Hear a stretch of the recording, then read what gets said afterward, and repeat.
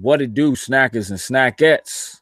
It's your boy Gage. This right here is a hangout live version of Loading Snacks Weekly.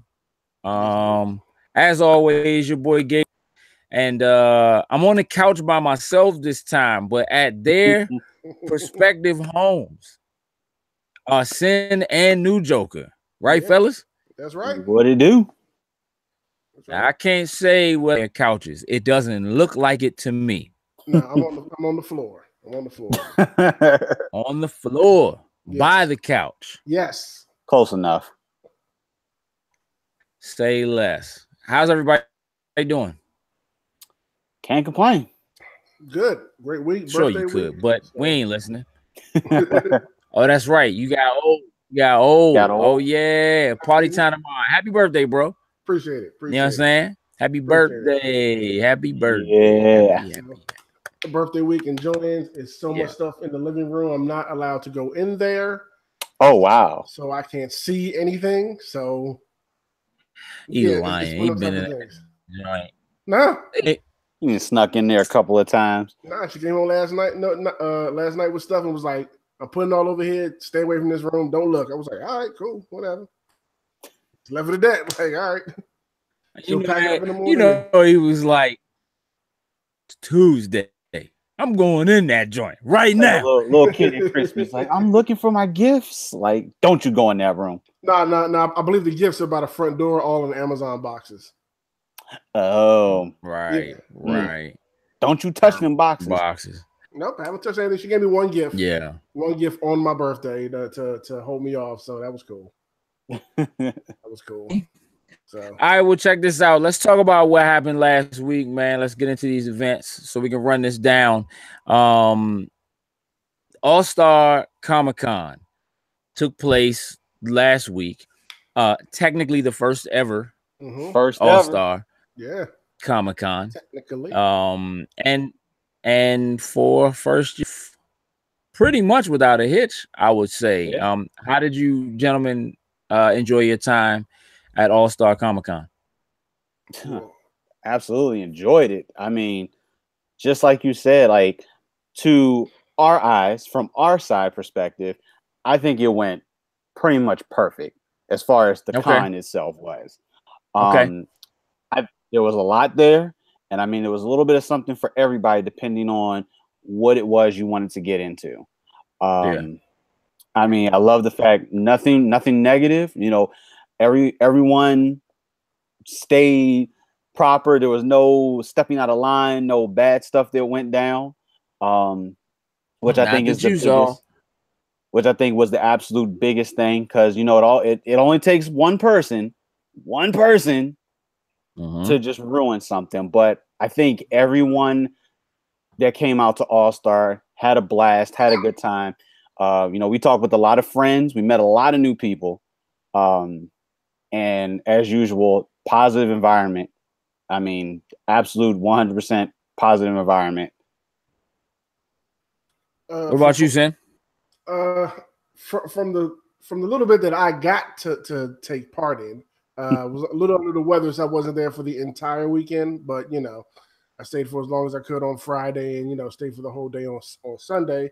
I agree. It was a great con, fantastic. You know, a lot of love, a lot of support from the cosplayers, from the vendors to the artists. You know, not just with us, but just with each other. Like it was a great time. It was a great vibe.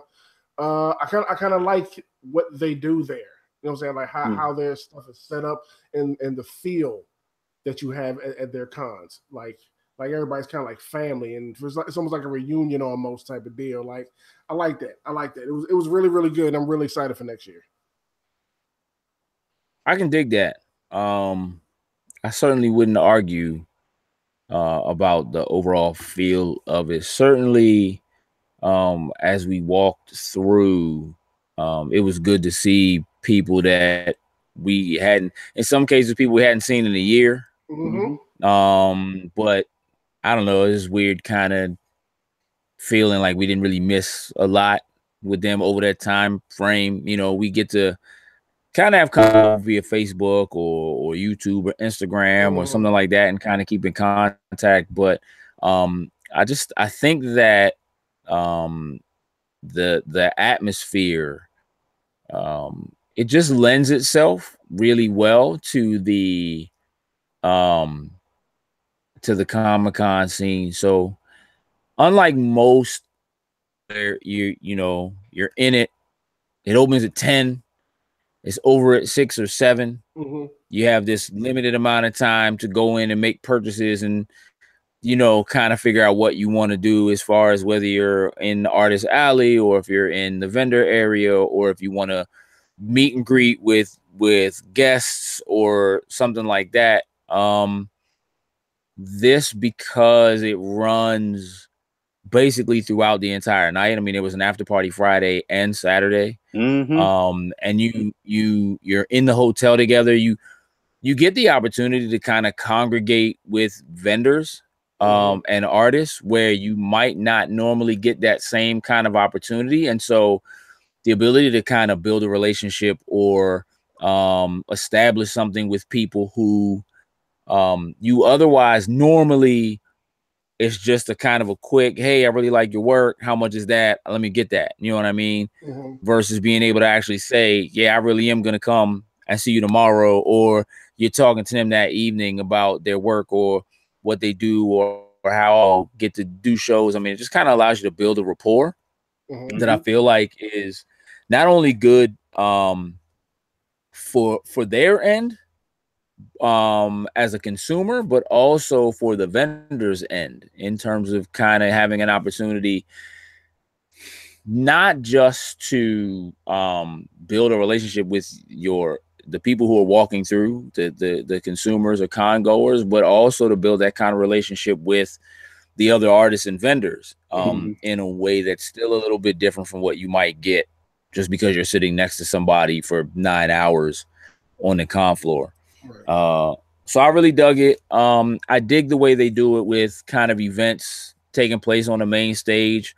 I was just going to say that. Yeah, I was just going to say that. I do like that the main stage idea that they have there. It's kind of like to bring people in. Yeah, you know what I mean? Like a focal point. I do like that about it. And certainly, I guess there's stuff that's like that at other cons. I mean, they have panels and things like that that people kind of go to, but there isn't like a main stage usually until they're doing maybe a cosplay contest or something like that. And that's when they have like a big gathering, or sometimes there's something that seems to be more near a main stage. But I definitely dug it.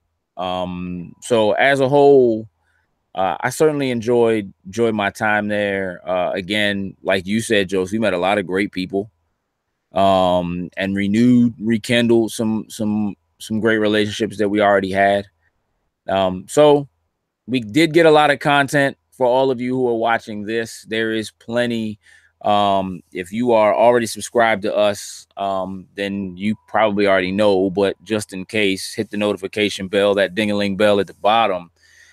So as that content continues to go up, we did a lot of interviews with a lot of people, and snack bites, and things like that, live and direct, with folks across the board, Ming Chen and like we, Mike Zapsik, we got an opportunity to kind of, Elena Huffman was a very good sport about acts that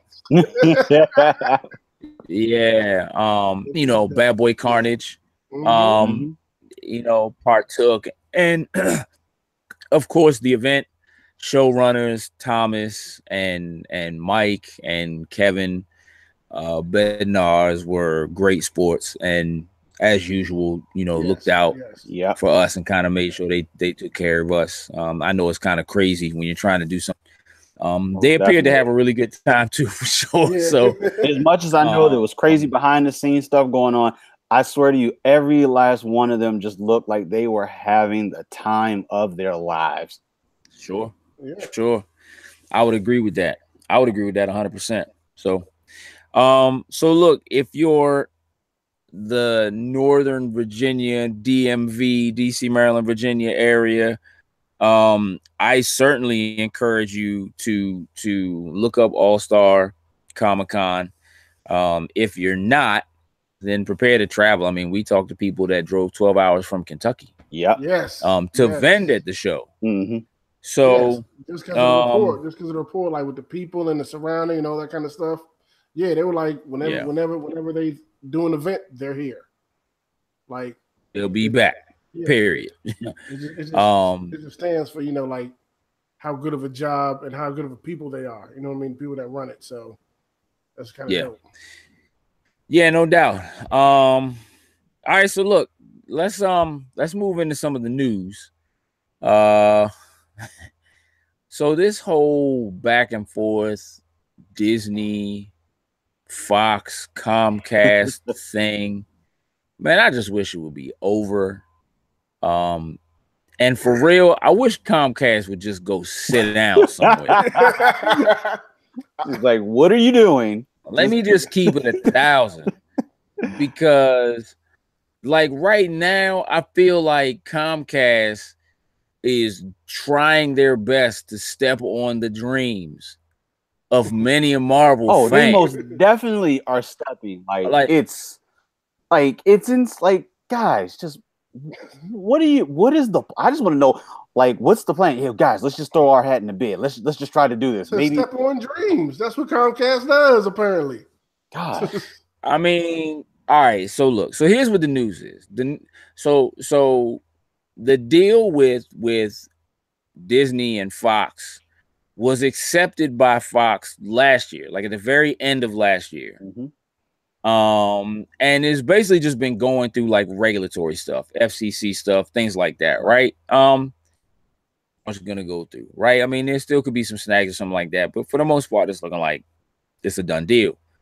Comcast decides to take some money, throw their money into the pot. So originally we were talking like, I think it was like 51.2 billion or something like that, that Disney offered Fox. And it was supposed to be, it was basically all stock, right? And the shareholders on Fox's end, like 25% stock in the combined deal. Okay. Comcast comes along and offers like 65 billion in straight cash to Fox. Like, hey, look at here. It's a big, that's a huge mattress right there. It's a huge mattress. Big old mattress. Yes. Really big mattress. And so that's kind of, and that's been brewing for a minute. Like it's that offer came a couple of months ago.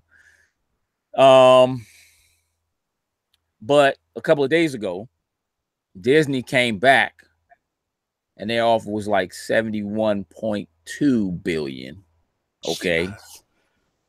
Now it's 50-50 stock and cash. Okay. Mm-hmm. Fox maintains their shareholders maintain like 19%. Okay. So it's a good deal. And on Disney's end, they're like, look, we pretty much, Fox has already agreed to this new deal from them. Again, that doesn't mean Comcast isn't going to be like, oh yeah, well, guess what? Billion or something. I don't know. Whatever. Don't do it, Comcast. Here's my issue. I feel like maybe Comcast, there's a possibility that Comcast is in it to get properties so that they can Disney by selling back properties to Disney. Yeah. I would not be surprised. That they want. Right? Not everything, obviously, right? Like Comcast might want to retain the rights to like Die Hard, Predator, Alien, stuff like that, right? But you willing to go to bat with them to be like, man, if you don't give us these X-Men back, if you don't, like we as fans really want to see. Here's the thing. Comcast has no fans. They're Comcast. They don't exist. Not at all. I want you to think about the power of the boycott for me for a second. Because like if Comcast got control of, let's just say, the X-Men franchise, I'm already at my wit's end with Fox and the X-Men franchise.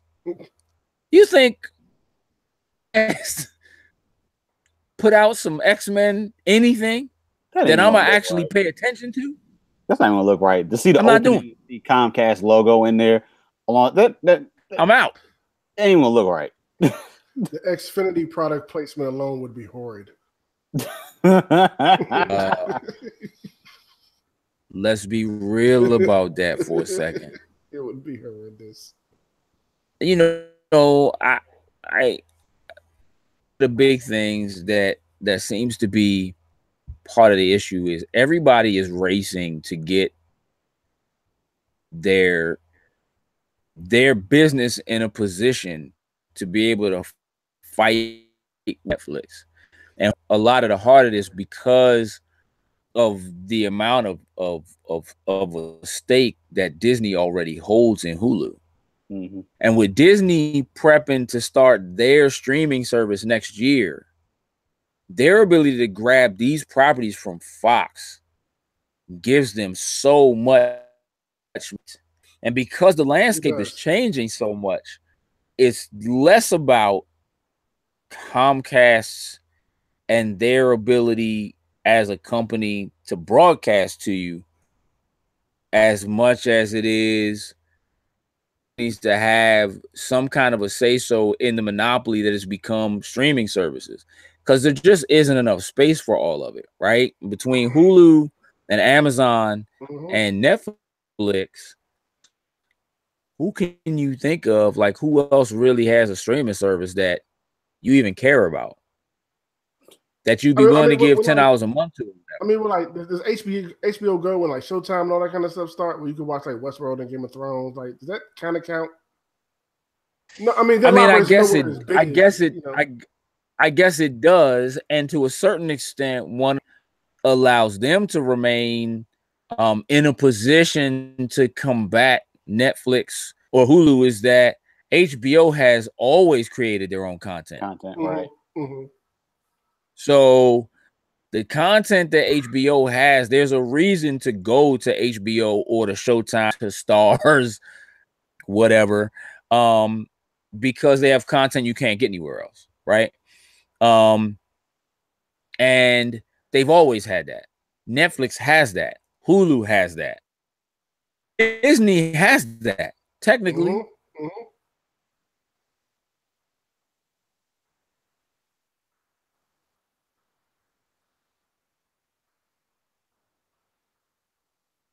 Content creator. Okay. Now, the ability to push. You know what I mean? No, we Why lost. Are you making that face? We lost you for like 10 seconds. Like a whole 10 seconds, my friend. You just like, literally, this was all we had. That's how I look. Okay, there he goes. Okay, there he goes. That's how I talk. Now I was saying this will really put, this will put Disney in a position where, outside of like HBO and so forth, they're a major content creator already. They started as a content creator first. Mm-hmm. But they have broadcasting a long time. So the position it puts them in is a good one. I almost don't care about that. I just want them to get them properties back. Same here. I want Marvel stuff back in Marvel's house. Yes. That's what I want. Whether we have crossovers, I'm not worried about none of that stuff. Just give everything back to Marvel so we can sit back, see who's best to work these projects and put these projects out, like the X-Men and the X-Family and all that kind of stuff we haven't been able to touch before. Blade, Ghost Rider possibly, that type of stuff. No Fantastic Four. I'm done with them. I mean, you should have faith. Maybe back in Marvel's hands, the Fantastic Four could be awesome. Marvel needs to Fantastic Four. They're not fantastic in the comic books in Marvel's hand. Get out of here. Marvel just needs to wash their hands of them. But we've had this discussion before. Which many we years. need, we, We we, did, we, Cincinnati. we need to revisit at some point, B. We need to revisit that. I'm down. We can do that. I'm totally down. Yeah, man. I think this is it. I mean, Comcast could come back with something, but I really think that at this point, Fox is going to be more willing to go ahead and do this deal. Plus, it's not going to take as long. That's one of the other things that Disney is that they've already gone through months of regulatory stuff that if Comcast does something or if they agree to that, they got to start that process all over again. So I really do think at this point it's pretty much the done deal. It kind of remains to be seen what comes next.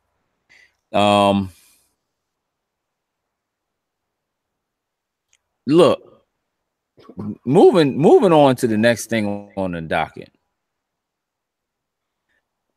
There has been some crossplay shade, bruh. The shade. So, Jokes, why don't you fill the folks watching in on what is going on with this cosplay activity here, sir? So, Nintendo, Xbox. Let's just say, of course, everybody knows now that you can play, let's use Fortnite and Minecraft. Those will probably be the biggest of one the more. bunch. What's the car one that everybody loves? Oh, Rocket League? Yes, Rocket League. And Rocket League. So those are the three big ones right now. So you currently can cross-play those between Xbox and the Switch. But and PC. And PC. I mean, and cell phones. And mobile devices. Okay, you want to throw. I was just throwing the two big ones in the hat. But the big ones. Throw everybody except the one big one. Yes. All right. So we throw everybody in except PlayStation. So Sony doesn't want to play nice. So if you are playing any of those games on PlayStation, you cannot cross-play with your friends that are on any of those other systems. So now Nintendo put out a tweet the other day. And the tweet was directed at Xbox like, hey guys, since we can do cross-play, let's play Minecraft. What do you want to build?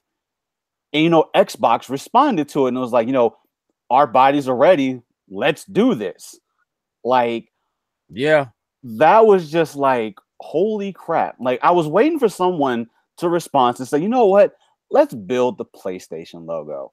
Like, if that one was probably off limits. They probably said, look, no, whoa. You guys have done a little bit. Don't do that. But it's a bunch of Nintendo characters shaking hands with a bunch of Microsoft characters.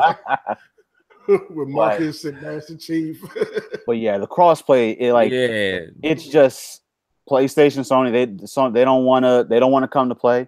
I mean, I think it's an absolute wonderful thing because that's one reason why I have my Xbox and I play my Xbox more than anything else because most of my friends are on Xbox. But I do have friends that have Switches, they have PCs that I can now play some of those games on. Now, granted, Fortnite probably for me is the biggest one that I'm going to play. So being able to play with certain people that I've never been able to share that experience with is an awesome thing. Mm-hmm. Now, granted, I got a handful of them on PlayStation that I'm just like, sorry, guys. I mean, you don't want to have multiple systems, so I still can't play together. But what do you think Sony's issue is? Like, I almost want to feel like it's I don't want to necessarily share the experience, but it's like, yo, you playing PlayStation, you only playing with PlayStation folks. That's it. You ain't playing with nobody else. Like, pretty much you're trying to be the bully. That doesn't even, okay, look, sure, that's easy. I could from a fanboy standpoint, sure. Right. But from a business standpoint, what is Sony gaining by not allowing you to play? Let me put it to you from this perspective. So one of the biggest complaint right now is Fortnite is the biggest game in the world right now, period. Absolutely. Okay. And the ability to run cross-play, once that game hit Switch, it was going to take off in a way it just hadn't already, considering the way it's taken off. Here's the problem. If you are a PlayStation player, if you have been playing Fortnite on PlayStation, Fortnite on the Switch, there's no way for you to take the progress you already made on PlayStation. None of the hours that you played or anything, you can't sign into your Epic account. You can't do anything. If you ever played Fortnite on PlayStation and you want to move to the Switch or be able to play, even if they weren't going to let you play on both, you have to start from scratch playing over again on the Switch, where like if you played on Xbox, you can just go in, put in your account info from Epic, and you play. You know what I mean? Like it was one thing with Minecraft. I could certainly understand to a certain extent where it was like, well, Minecraft is owned by Microsoft, okay? And in order for you to cross play and kind of keep all your same worlds and your saves, you had to have an Xbox Live account, and you had to sign into your Xbox Live account no matter where you're playing. So even if you're playing on Switch, your cat's acting up, aren't they? No, that's Jada. Oh, okay. If you were playing on Switch and you're playing Minecraft, you still have to sign into an Xbox Live account or create an Xbox Live account. Okay. And I can sort of understand Sony not wanting to do that. Sony, wanting Minecraft to be on their system, but not wanting you to sign into an Xbox account while you played. I can understand. Mm-hmm. But with Fortnite, it's an Epic game. It's not Microsoft's game, right? And the same thing with you just said Rocket League, right? What's the big deal, right? And I get it that Rocket League almost made its existence off of PlayStation because they made it free. That's how a lot of people got into it in the first place, was on PS Plus. It was free. People jumped in and played it. That's, where a lot of the foothold that it has, that's where a lot of it grew from. Still, you don't own the company. You don't have a monetary stake in the company. So why would you prevent people from playing on another system or continuing their game on another system or playing with people who are on another system or on PC? Do some PC. And I'm sure there's something, but I don't quite understand. Definitely.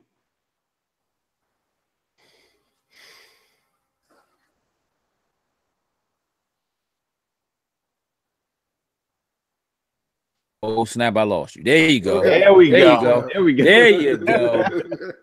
That was a slight hiccup. You think, I mean, again, from a business perspective, what are you thinking, Sin? I think it's stupid. I mean, just no sugarcoating. I just think it's dumb that they're not allowing this. I do agree with you though on the whole Minecraft one. It's a Minecraft owned, it's sure. A Minecraft Xbox owned property. You're on a PlayStation, still have to log in. Okay, that makes sense. But the rest of it don't. Crossplay is something that we've wanted as gamers for the longest time. Since we had to pick between two systems, crossplay is one of the things we've always wanted. Now it's pretty much here.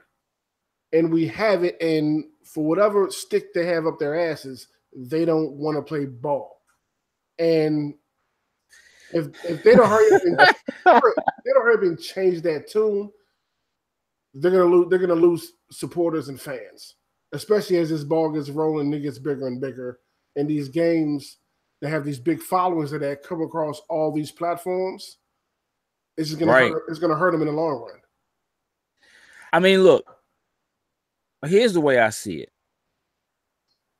Part of my issue with Sony as a whole is that their tactic from day one, doesn't matter what Sony product it is that they try to keep you in proprietary. Being proprietary is a thing for them, right? Doing Betamax proprietary, right? That's their format. Doing mini disc proprietary, that's their format. Magic sticks, you know what I mean? Like, that's their format. You can't save. I mean, let's be real about this for a second. Certainly a certain business prospect in saying, hey, if you buy this camera that has these features, that has our name on it, you can only get a battery from us. You can only get a power cord from us. You can only get a memory card from us. Like, certainly there's a lot of money to be made in a setup like that. However, it is the least consumer friendly way to run your business.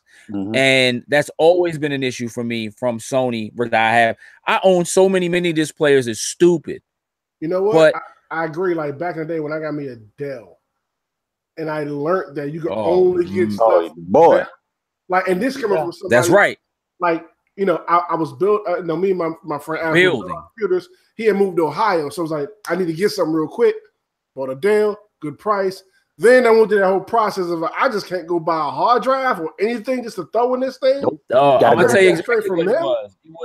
We had to replace your power supply, and we couldn't. We went and bought a power supply. I was gonna swap it out for you, and we couldn't because they put their power aside, so you can't use it with their case. Gotta go. I remember it like it was yesterday. Ever since then, yeah. Like I've like this whole business model setup. I can't rock. That's it. part of my problem. Like I'm gonna be 100% with you. The reason why the Vita failed is because of the memory card. Oh, period. Hey, look, and I've never bought it besides the memory card that came with it. I never bought one. I still have mine. It works fine, but I've just refused to buy it. Right. But that's my point. Overcharge you to save your games. $70 you know what I mean? For like a 32 gigabyte card, something dumb. Stupid. Yeah. It's so, you know, look, that mentality I feel like is what's still driving some, and they're gonna have to learn to get past that, because with these 3 titles specifically, the games already existed or have been in existence pretty much before the crossplay thing really became a thing. Right. But we have to know that going forward, there are going to be games that come out day and date that are available across multiple consoles that will work across multiple consoles with crossplay. And what that's going to mean is that people are going to say, well, I definitely want it for my Switch.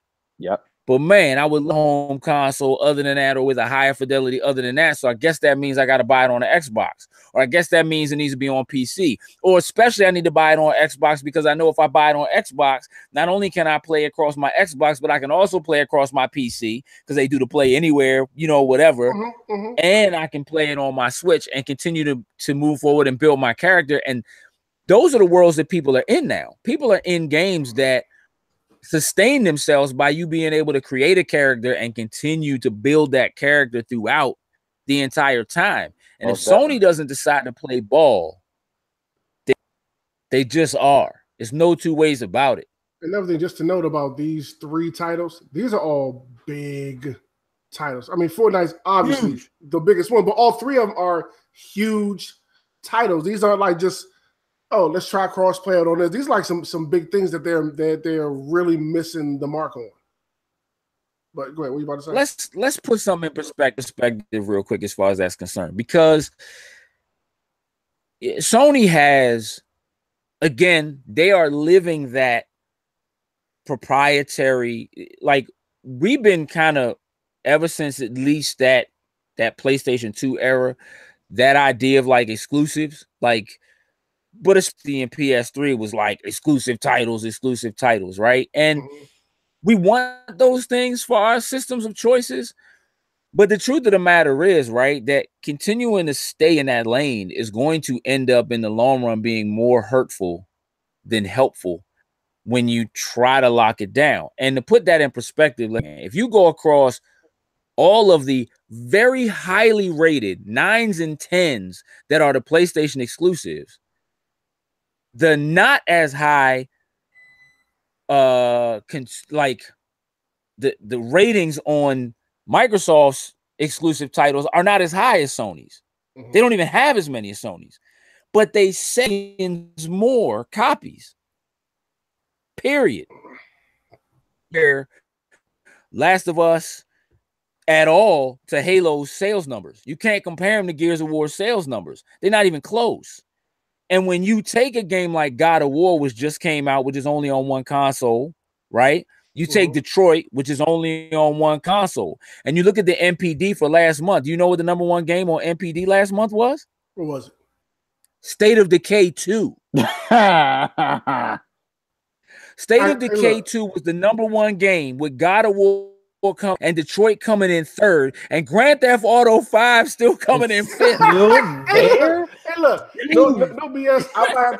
after might look at Grand Theft Auto 5 might be up there with Minecraft. It's like one of the most unstoppable. Probably further than Minecraft. No, I don't know. It is.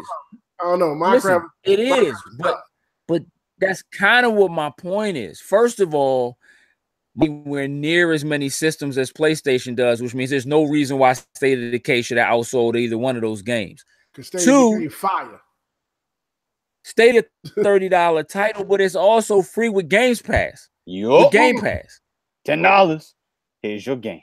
So why are people buying that title across these two? I mean, you're talking about God of War being a straight 10.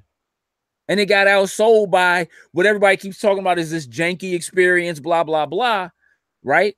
But then you got to look at where Microsoft is from a business standpoint, where you run a business as a software company where their software exists on other people's hardware. Anyway. Always been that way. PC. That's Dell. That's it's across the board. It used to be Sony Vios, right? That's where Microsoft lives, and Microsoft getting a piece of Minecraft, continuing to see those numbers come in and see Minecraft continually be in the top 10 number one selling games across the NPD for years across the board. Speaks every to something. month people are buying this game still. Again, yes, right? There are always more people who are just coming of age where they can understand Minecraft and use Minecraft. Yep. It's what it is.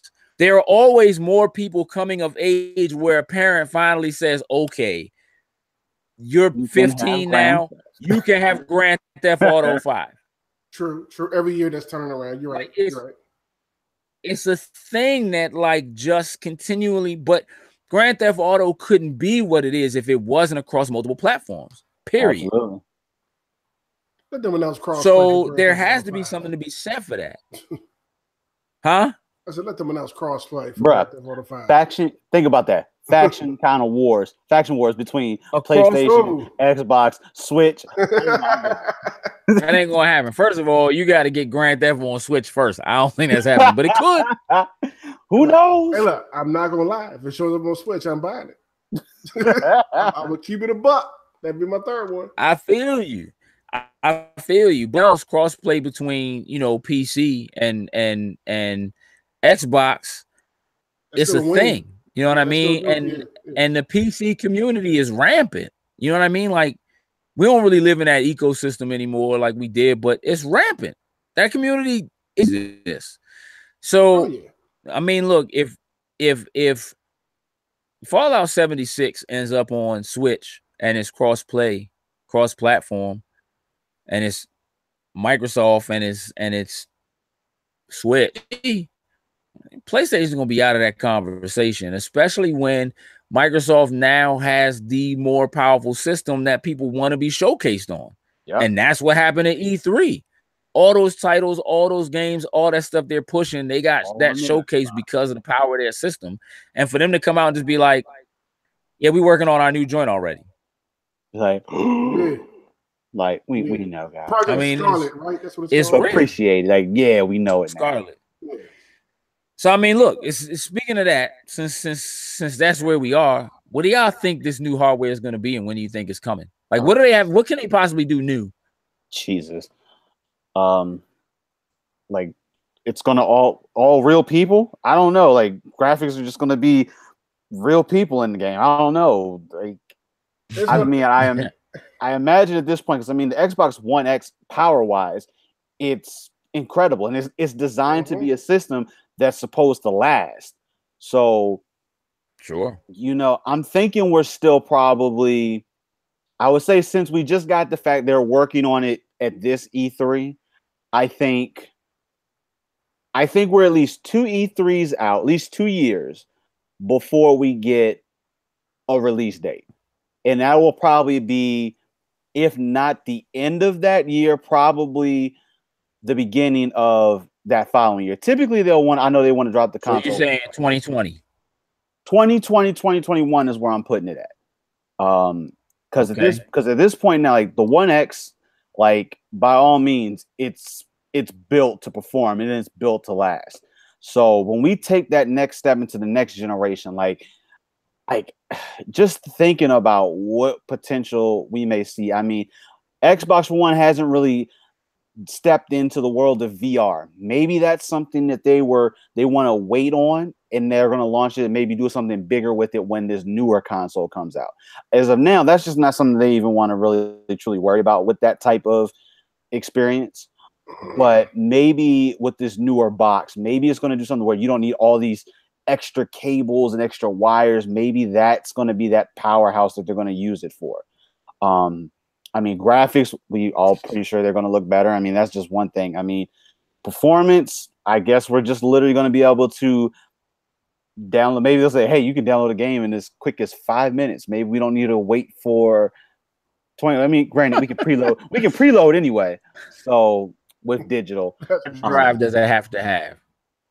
Oh, Jesus Christ. 5 terabytes? No, what comes after terabytes? What's after terabytes? What's after terabytes? Teraflops. Teraflops. Whatever it is. Teraflops. Right. But I don't think terabyte is going to be nearly enough. A couple terabytes is not going to be nearly enough. Because I mean, with 4K, and of course, we're probably going to. Yeah, go. Here's what's interesting about it. You know, when they said that on the E3 stage, that was like either right before or right after they said that we are pushing our streaming platform so that you can stream console quality games on any device you want. Yep. So now when we start talking about Xbox as an app in your cable box, your satellite box built into your TV, being on your cell phone, being on any laptop you have, and you're streaming those games, whether it's through Game Pass and you can download them and play them, or like we're really talking about pushing the envelope. So this next box could be in box. It's possible, right? That I mean, who knows? I mean, from a performance standpoint, I think, you know, we're not ready for 8K. We're not even close to that. Nah. But where the Xbox One X right now, I would say performance-wise is in being able to run a constant 4K a second. That's the biggest thing. So I think as long as they're able to put enough power into it that's not an issue at all, they're going to be good. Because graphically, I mean, you can always push the power and be able to have more fidelity. If you can add more fidelity, more grass, more textures, more things going on screen, more enemies, all that kind of stuff, the 4K resolution and maintaining 60 frames a second, then I think that's where it goes. What do you think, Sin?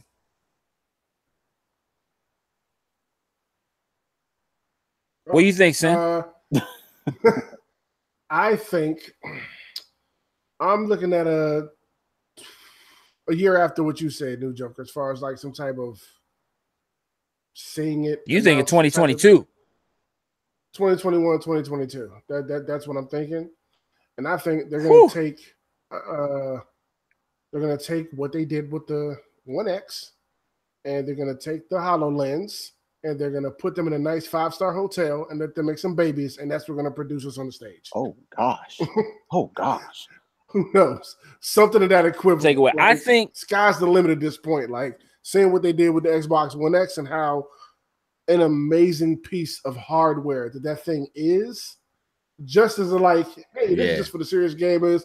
You know, all the same games are going to come out on everything. Like, this is just kind of like a thank you kind of to us deal right now. Okay, cool. But seeing what y'all did with that, thinking about what's going to happen in the future, I don't know. I think the whole VR thing will come into play too. Like, they're going to make one massive thing, and who knows what it's going to be, but it's going to be epic. It is going to be awesome, and we're going to love it. I think all these things are just, you know, great decisions are just open. Like, you know, we've talked about the whole just streaming service type of thing. Oh boy, that's coming. Oh yeah, it's definitely coming. But I think they got one more piece of hardware, like a hardware type of box system, in store before they just go full on streaming. I don't think so. I think this may be it. Maybe you still go in the store and buy some codes or something, but I really think this may be the one, because with playing it and sharing it on every console, it's like, what's the point? How many people? You gotta look at how many people download digitally as opposed to physically. They go and buy it. And a lot of people now have done that conversion. Because I mean, but what's the ratio still? You know what I mean? Like if it's still a market for that and people are still fighting it or whatever, that's what I'm saying. It might still be one more generation in before they make that switch. I think you're both actually right. I think that there's a good chance that whatever this next box is, whatever Scarlet is maybe going to be a combination of those things. I think we may see it have still some of the more traditional features. I mean, look, they've been talking about having an Xbox that had no disk drive on it since the 360. Mm-hmm. That's been a rumor. I don't know that they're even quite ready to do that just yet. And I don't think that Microsoft would jump the gun. The thing is, everything that Microsoft said when they first talked about releasing the Xbox One was all correct. It was too much for people and it was ahead of their time. So one of the things I think Microsoft is going to be very cognizant of is not pushing people too far, too fast, right? So I do think we'll see another box. I do think that box is going to be more powerful than the X by leaps, at least in the same amount in terms of the leap from Xbox One to Xbox One X. I think whatever Scarlet is will be that same kind of a jump from X to Scarlet. But I think with that comes new services, and we will begin to see them integrate themselves into apps and other applications and things like that at the same time. And I think that those apps will work across the board, because they really have pushed that the Xbox One, it didn't when it came out, but now it runs on Windows 10, right? And so that's a thing that they're really pushing to try to, one of the things that they seem to be doing sort of behind the scenes while being in front of your face about it is trying to make it easier for developers to be able to develop across the board, whether it's PC or it's console, by having a console that uses the same structure as the PC does by using DirectX, you know what I mean, or whatever. So I think it may be a combination of the two, that we'll still see a box, that box, you still might be able to get discs if you can find a place to go get them. And of course there'll be downloads, but you'll have things like Game Pass and stuff like that. And I think that whatever their streaming service ends up being, it is integrated into Game Pass in some way, shape, or form or not, right? Like maybe it's still Game Pass, but Game Pass has multiple tiers. And that there's a $15 a month that lets you stream, you know, maybe $10 only lets you stream, maybe 15 lets you stream or download it. You know what I mean? Because there still are a lot of places in this country anyway where that's being able to stream or having that kind of a data cap is still a real thing. It's still a real issue. And I don't think they want to alienate people from that. No, I agree. But I definitely think it's coming. Whatever is coming has to have the option of both. Yeah. I also think I wouldn't be surprised if it comes next year, at the end of next year. I know that sounds a little stupid, but I'm saying that because there was only a 3-year period between the release of the Xbox One and the Xbox One X, 2014, 2017. Am I tripping? No, you're not. No. You'll catch it.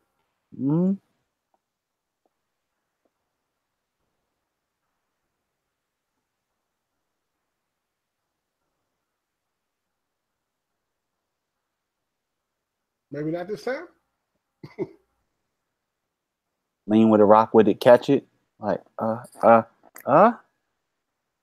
and Nope.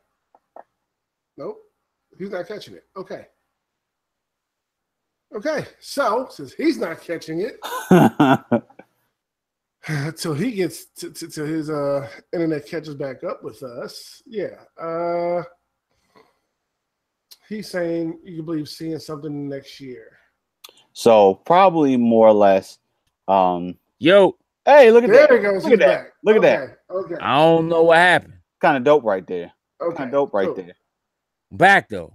Now that you're back, continue what you were saying. I don't know what the last thing you heard was. The console possibly coming out. Yeah, next year. Announcing it next year, I guess, to come, because it was only a 3-year time gap between 14 and 17. Yeah. Right. So we know that they've been working on the 1X since before they dropped the original one. They were already working on the 1X. And they've already said that they were working on this before they dropped the X. So having that kind of a development cycle already in place and being bold enough to drop that bomb on us and say, hey, by the way, we are working on the new thing. We're deep into the architecture is what I believe what his exact words were. That to me says that if they would have come out in next E3 and say that this and show it to you, because remember, they were a 1-year period. They did the announcement of the 1X. It was still Scorpio at E3. Following E3, they told us what it was called and then brought it out that holiday. So basically, they've said it exists, giving us the project name. If next E3 they tell us what it's called, and remember, it wouldn't surprise me at all, because the other thing I feel like Microsoft not only wants to do, but more or less needs to do, is they need to beat Sony to market.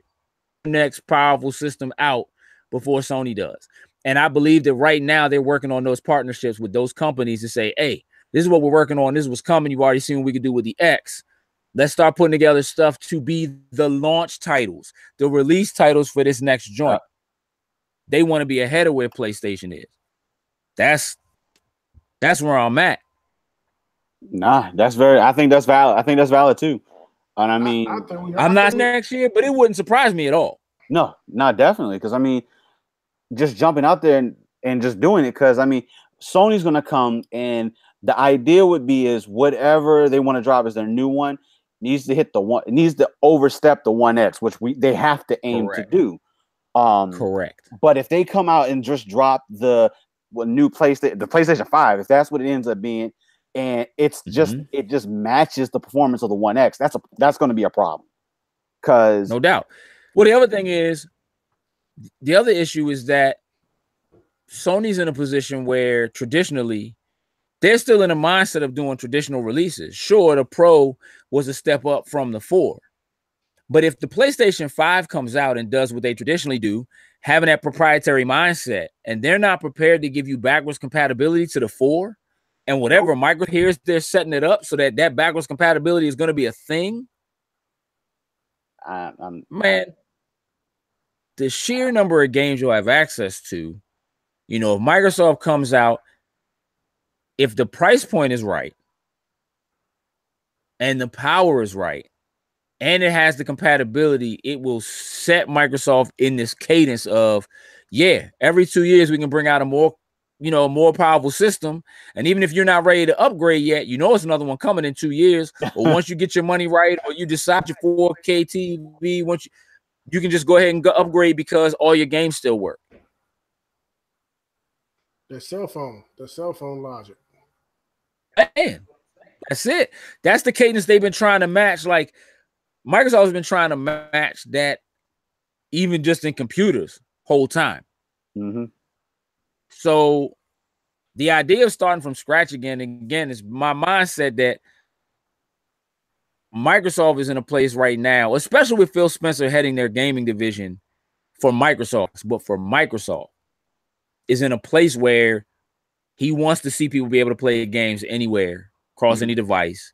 He wants to be in the ecosystem that allows his company to make money off of having that happen, period, right?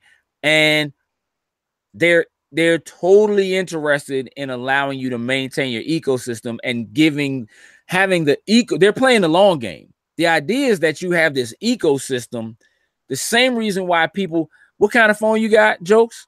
iPhone 10. Are you on iPhone? You said what? Are you going to change from iPhone? If Microsoft, if something pushed me, I probably would. And the thing is, I'm neck deep in Apple's ecosystem. That's my issue. That's my point. I'm neck That's deep my point. How many iPhones have you had? iPods have you had? You have a MacBook. You know what I mean? Like you're in that ecosystem. I'm in there. That's what Microsoft is going for with this. That's what Xbox is going for. Come play in our ecosystem, be on Xbox Live, get yourself a Game Pass. Your games continue to carry over. You're in our ecosystem. And if you're not in our ecosystem, but you still want to play our stuff, go ahead and get you a Switch. Because Switch isn't vying for the same space we're vying for. Yep. You know what I mean? That's, man, if that joint happened, surprised me in the slightest. Not even a little bit. Not even a little bit. All right, so listen, one last thing before we wrap up, and this doesn't need to take too long.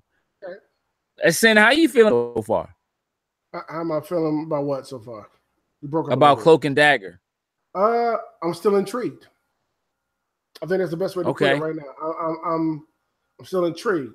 10 episodes. I personally just finished the newest one. What's that? Episode 4 now? I believe we're on, if I'm correct. Yeah. Yes. Episode 4. I'm still intrigued. Wanting to know more, wanting to know what happens next. I mean, that's something you want television shows to do, to keep you pulled in, to want you coming back every week to know more. So it's definitely succeeding in that element. I'm enjoying what I'm watching. Of course, I'm having, some concerns and stuff like that, going forward. But overall, I'm enjoying the ride. Like certain things I'm waiting for, stuff to happen, so that'll make, me happy as a viewer. But I'm okay. Yeah. Okay, I see what you're doing.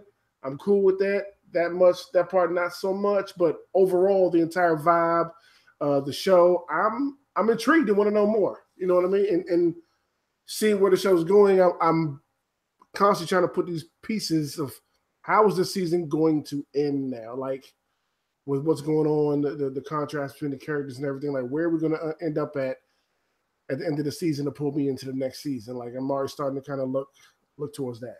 So what about yourself? Did you watch The Gifted? I did. Do you feel 4 episodes in like it's as good as The Gifted? I think it's better. You think this is better than The Gifted? Yeah. Okay. I'm not there at all. But I didn't care. Like I didn't care for The Gifted. Okay. The Gifted had more characters. I just think I kind of like the way it switched around. I mean, this is more focused on 2 people than it is on kind of the overarching world.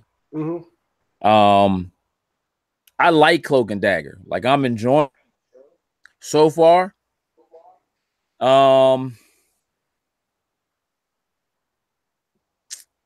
But it's like singing ready to. But the crazy thing about it is I'm not sure. So like I can tell you immediately that I didn't like Luke Cage season 1 the moment it started. But it didn't hold a candle to the first 2 Netflix shows. Like it certainly wasn't Jessica Jones. And it sure enough wasn't season 1 or 2 of Daredevil. I'm completely with you. Not a fan of Luke Cage. As I mentally prepare myself to try to watch Luke Cage season 2, which doesn't even look good from the previews to me, but okay. As I mentally try to prepare myself to do that, I'm wholeheartedly like Cloak and Dagger. Like I'm not even like that's a fact. But I don't know. One, I really like The Gifted. The Gifted was dope. I really like Legion. Legion is dope. And I'm not you know, we're not even gonna talk about Iron Fist. Oh no, we can all agree to No. not at all. Back of your throat. Yeah. So yeah, like I'm enjoying the show. Like I like it. It's just about. I feel like maybe I'm just liking it because it's a comic book related show. Like I don't know if I would be watching this if it wasn't Marvel's Cloak and Dagger. If it was just a show about these two kids that had these mysterious powers or something somehow, and it wasn't tied to characters that I was even slightly familiar with, or you know, I knew existed in this larger world capacity, I probably wouldn't be watching it. So I'm on the fence. Like it's not a bad show. It's not a terrible show. It's just not. I'm like, I can watch another one. I'm not excited to watch the next episode. Let me put it to you that way. Like when an episode ends, you know, with like, put it this way. If it was a, I like when an episode ends, I don't feel like, oh my God, I need to go to sleep, but I just got to watch this next episode. Let me just see what happens. Like it's not doing that for me. Okay. I don't think it's bad, but it's not making me feel like, it's not giving me binge watch syndrome. Like when I watched The Gifted, I wish all of it was just out so I could just watch it. You know what I mean? I don't really feel that way about this. So about it yet, I will put my finger on it. I just can't at the moment. So, you know. Anyway, currently I would still recommend it. I think it's worth jumping in and taking a look at. Cool. Yeah, definitely. Definitely. I'm waiting for you to watch the new episode so we can, you know, really have a conversation about it. Yeah. We'll get to it when it's time. Episode for next week. We'll get that all grinded out. Which, by the way, they air every Monday at 7 p.m. Which is the same day you'll be able to watch this at 10 a.m. Yeah. So, look, ladies and gentlemen, I appreciate you listening to us babble on for a while, talk about things that we love. If you happen to have been one of those people that was at All-Star Comic-Con and you enjoyed yourself, do me a favor and just make sure you give this video a thumbs up, a subscribe button, whether you were at All-Star or not. And especially if you're already subscribed, one of the best things you can do is make sure you hit that ding-a-ling bell at the bottom. So every time we upload some new content, you'll get a notification and you'll know that we put up some new content. Yeah. So as we continue to push forward and add new content, again, we have some snack bites and so forth, and a couple more interviews still to come. Make sure you keep your eyes peeled for that. Your notification boxes peeled for that. I am Gage. I am Empty Shells, MTSHELLZ across all social media. Sin has the pretty purple shirt on, and that is Sincere Six on social media. Yep. And then you have Jokes, who is known as New Joker. That's NJOKER 89 across all social media. We greatly appreciate your time. We want to thank you for tuning in. With that, we're out. Toodles and lose.